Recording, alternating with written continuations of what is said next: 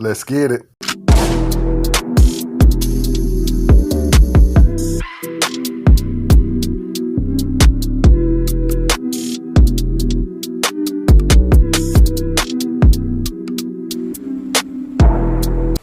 another fine day here in the Carolinas, and I'm so glad to see it.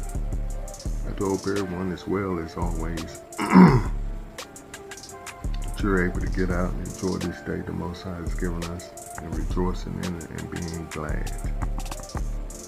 I'm still on a small break, going on my full week of not being able to get out and ride and walk and do my routine. Like I said before, I pulled a muscle in my lower back, and I've had this issue before. But like I said in the prior recording, this is a little something different. So I think it's two factors. One is the Most High wanted to sit me down for a minute. And two, I am getting a little older, and I gotta be careful with how I treat my body. Which on the most part I have been. I just made a mistake in lifting my bike with my right hand instead of my left.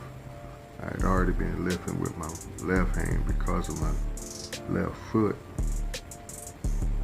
Well, basically I would say because of my right arm having a carpal tunnel in it, a cubicle tunnel in it. So I was lifting with my left side and putting my bike in the vehicle. But this day we just happened to rearrange the back of the vehicle. And when I pulled the bike, when I was putting the bike back into the truck, I lift with my right hand, and I kind of lift the wrong way and pulled my muscle in my back, lower back. And it's hard to say what I did or didn't do, because I really don't know the motions or remember the motion I was in, but I remember the instant when I pulled it. I said, yeah, that's going to be a problem. But all is well, the Most High is with us. We thank Him for His favor today. And I really didn't know if I was going to come on and record today, because I was going to wait until I got back out. I had planned to go out and walk today at least, and go sit in the park in the sunshine and do this recording. But I wasn't able to finish up my work I need to do today, my business transaction. And it kind of went long into the day. I'm going to tell it. An item that I'm selling, my wife hid it from me and put it up. So I went to the storage to see if it was there. It wasn't there. I came back home and been looking for it, and it was in the most, how do I say this? The place I would least expect it, put it that way. But knowing my wife, she always hides stuff from herself as well as myself when she cleaned up. So I had to go looking. Thank the Most High I found it. And it was in the kitchen under the kitchen cabinet. Oh boy, my wife can get on me for telling on her. But it's so funny how she do things sometimes. But I love her. And I'm going to get on this thought. And it is, hold it. Hold it. And the second thought he gave me behind this is, every knee shall bow and every tongue shall confess. When will you bow and confess? Now or later? And the text he gave me was Hebrews 3:13 through 19. But exhort one another daily while it is called today, lest any of you be hardened through the deceitfulness of sin. For we are made partakers of Mashiach, if we hold the beginning of our confidence steadfast until the end. And that's my main text, which we'll go back over. I'm going to read it again. For we are made partakers of Christ, or Mashiach, if we hold the beginning of our confidence steadfast until the end. Hold it.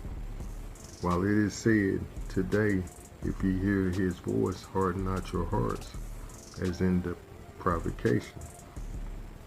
For some, when they had heard, did provoke, howbeit not all that came out of Egypt by Moses.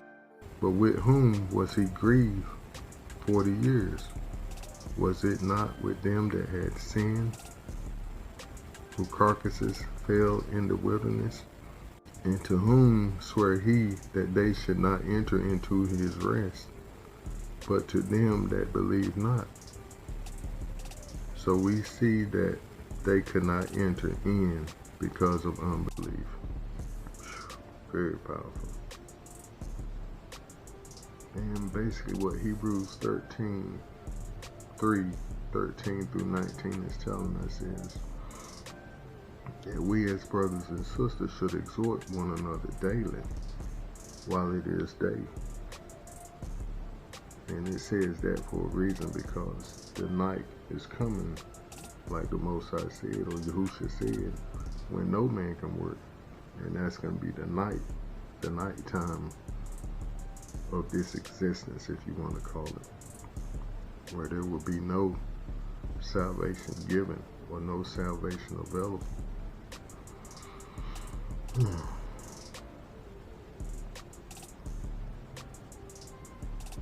When time is up, put it that way. Okay.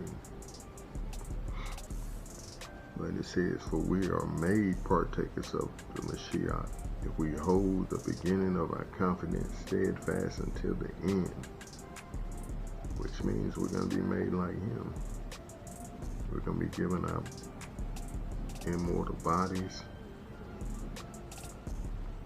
We're going to be made like him. But we don't want to be like our ancestors who came out of Egypt or Mizraim singing and happy.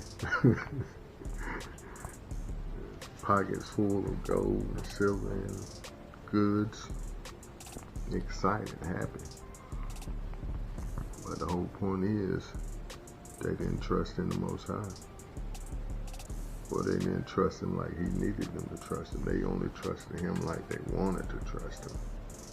And what I mean by that is, as long as they was getting the goods, as long as they was being rescued from their captors, they were happy.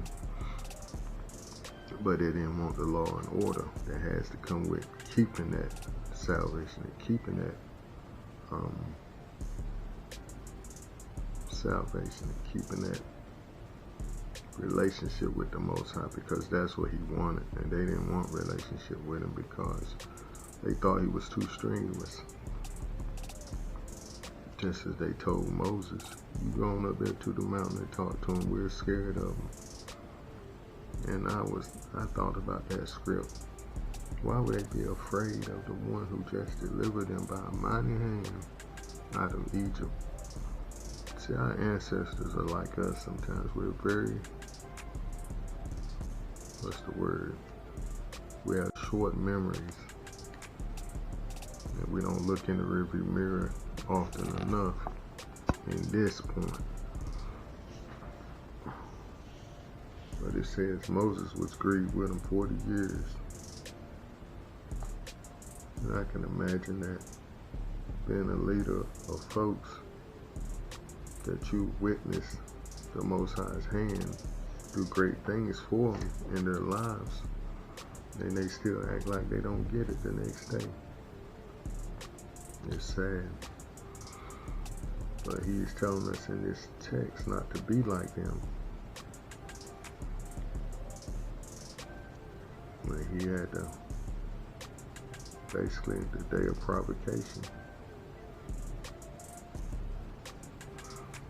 when there was a reckoning, where it was decided, okay, you're not going to do right, you're going to be here, you're going to die off in the wilderness. Like I said, their carcasses fell in the wilderness. Their bodies fell because they refused to bow down. So they ultimately bowed down, like I said in the thought. Will you bow down now or later? And in my notes I wrote, keep the faith in him that you started out with. Just like with our ancestors. When them plagues started happening, I'm sure that faith started bubbling up in them, started building up in them. And then when the last one came, where the death angel came and killed all the firstborn, and they saw that they had put the blood on their post, it was like, uh-oh, we do have a Elohim that's working in our favor and with us. Pardon me, my back be spasming. I'm trying to get in a good position. And my second point was, well, let me go back. They started getting excited on the inside about who they was dealing with, and them stories they heard about the Most High through their ancestors, Abraham. They started believing again.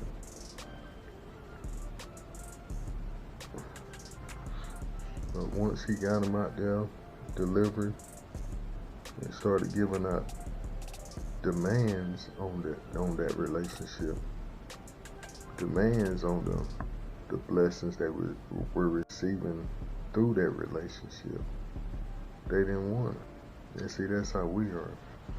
We love it when people are giving to us. But when people make, what's the word? They put,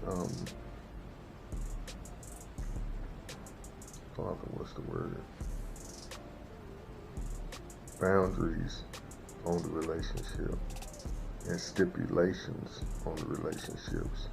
That's when we want to run away. And it's so amazing we're talking about this, because we are praying this week for our families and our relationships, our siblings, our parents, our children. It's a good thought on that point. But I said, keep the faith in him that you started out with. And that's important, so important. Because your faith, you build your faith up. It's nothing that you just can keep stagnated and don't apply and don't work on and build up. If you do, that faith that you have, you're going to put it in something else and build it in something else or somebody else. And 9 times out of 10, that somebody else is yourself. But keep the faith that you started out with. And everybody ain't going to make it. That was my second point. Everybody ain't going to make it. For those of us that are going to make it, I'm basically saying hold on, hold it. And those of us that are going to bow our knees now, while the time is available to bow our knees and confess now that the Most High is the Most High, and that Yahushua HaMashiach is his sacrifice given to us to make ourselves righteous before him, to have this relationship with him. And my point number 3 is hell is real, and so is the lake of fire.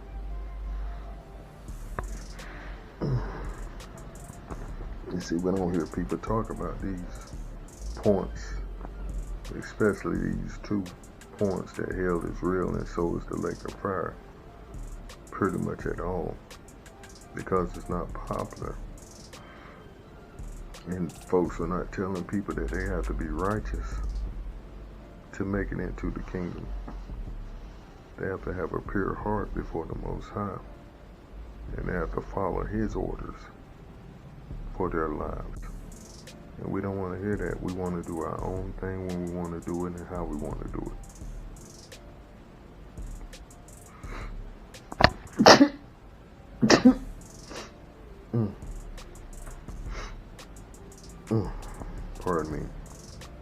Most High reminded me of this text, Romans 8:19 through 23. For all creation is waiting eagerly for that future day when the Most High will reveal who his children really are. Against his will, all creation was subjected to the Most High's curse. But with eager hope, the creation looks forward to the day when it will join the Most High's children in glorious freedom from death and decay. For we know that all creation has been groaning as in the pains of childbirth right up to this present time. And we, children of the Most High, also groan, even though we have the Ruach HaKodesh within us as a foretaste of future glory. For we long for our bodies to be released from sin and suffering. We too wait with eager hope for the day when the Most High will give us our full rights as his adopted children, including the new bodies he has promised us.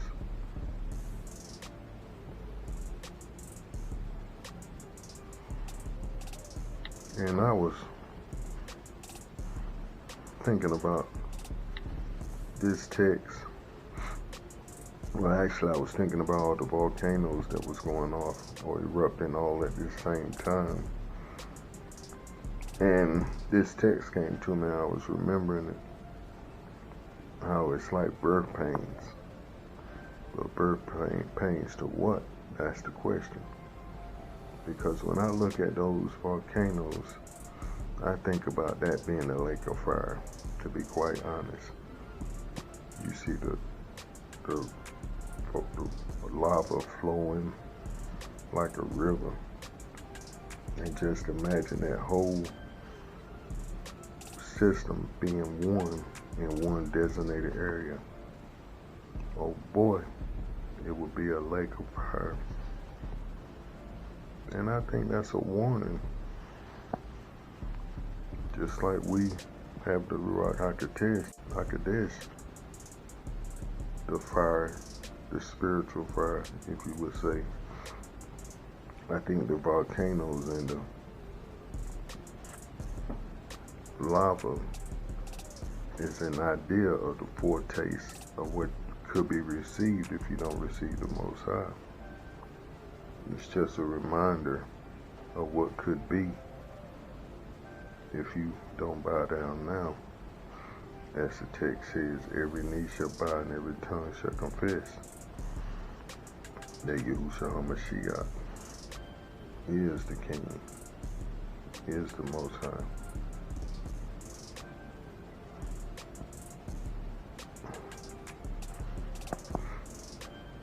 In bodily form, that is. And pardon me for my voice. But we getting our point across, that's all that matters. Hold it.